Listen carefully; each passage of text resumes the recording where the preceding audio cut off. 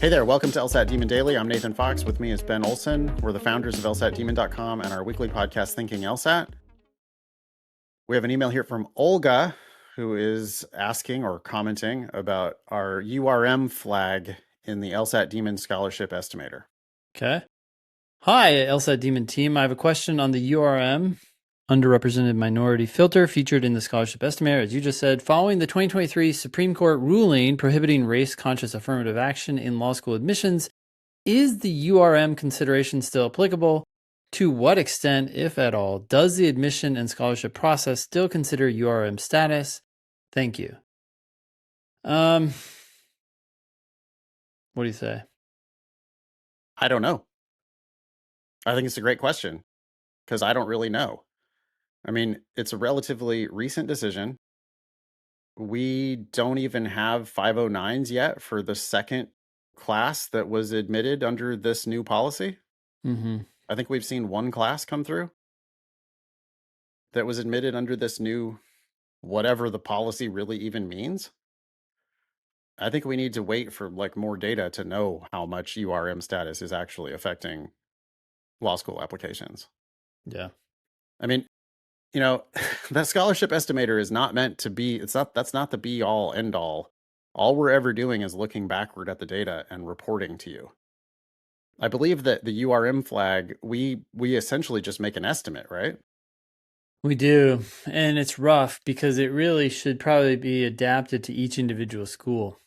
It adds a couple points of LSAT and a couple GPA points. And so I appreciate Olga's letter because I think that's something that we can work on.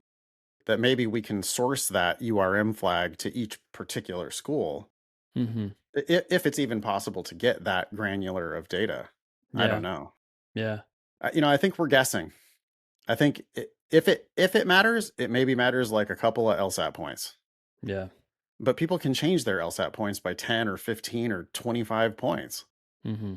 So whether it does or does not affect you, you can control your own destiny with better LSAT, better GPA. And as always, you need to apply broadly so that you can see what kinds of offers you actually get instead of just, expecting that the backward looking scholarship estimator with all kinds of assumptions in it is going to be accurate. Please don't misuse the estimator to think, oh no, I'll just apply to these two schools because the estimator says I have good chances. What were you going to say?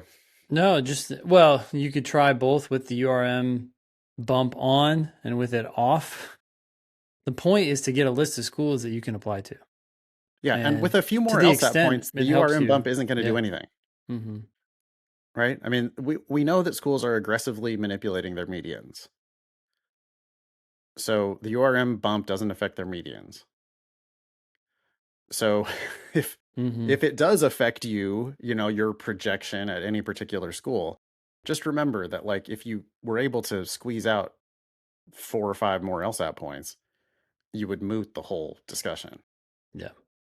And with 5 fewer LSAT points, it would also be moot. Yeah. Right? So if you ever are on one of these bubbles, I think you do yourself a disservice by thinking too much about that sort of a factor. And instead, you should be thinking about, okay, how do I get the best LSAT, best GPA I can?